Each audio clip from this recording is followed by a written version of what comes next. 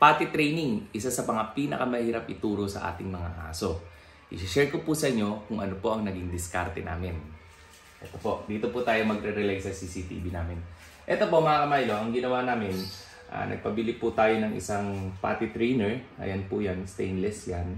Tapos nilagyan namin siya ng pens. Yan, stainless pens din yan. Tapos meron pa siya ditong pens para di siya lumayo. So ang purpose niyan is para masana yung aso na dito siya dumumi tsaka umihi. Kasi instinctively speaking, bihira kasi sa aso na higaan niya yung dumi niya tsaka ihi. So dito siya natutulog dyan.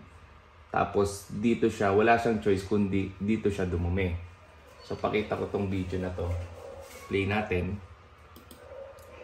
Yan, makikita nyo dumudumi na siya dyan. Which is good, di ba? So, yun unang naging diskarte namin. Yan. So, ilang araw na yan na nagagawa niya na yan. Halos perfect niya na po yan. Diyan siya dumudumi. Kaya nakikita niyo si Saji, diyan siya dumudumi. Tapos diyan siya umiihi. Sabi ko nga sa mga kliyente natin, 24/7 ang potty training. Kasi tingnan niyo kung anong oras yan. No? 3:24 ng madaling araw ha. 3:24 ng madaling araw. Sino pa ang gising niyan, di ba? So, yan. Very good. So, dumumi siya dyan. Ayan, nakita niyo may dumi. Dudumi pa siya ng isa dyan eh. Nakikita niyo yan ha.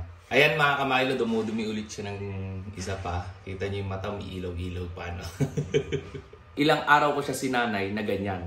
So, nakita ko consistent na siya. Doon na siya dumudumi. Doon na siya umiihi dito sa potty trainer niya. Ngayon, ang diskarte ko, aalisin na natin tong pens. At ipapakita natin dito sa CCTV na kung saan na sana yung aso, doon na siya dudumi. Tanggalin na natin yung pens para makita natin yung performance ng aso dahil perfect na siya dito. Kasi baka isipin natin at baka isipin ng owner na, uy, napipilitan lang siyang dumumi dahil may pens. Wala siyang choice kundi dito. No? Naka-pens eh.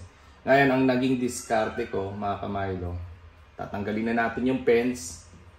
Malaki na yung place niya dito, no? Ngayon, kailangan natin makita, dito na siya dumumi.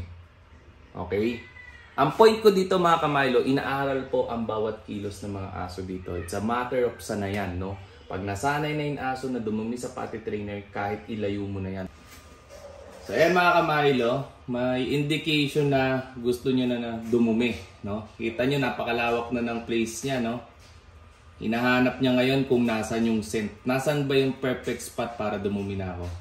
So ayun, naamoy niya na yung ano niya. Actually ito mga kamaylo, umaakit tong potty trainer niya. Dahil nasanay na siya dito, umaakit tong potty trainer niya na dito mo ako dumihan.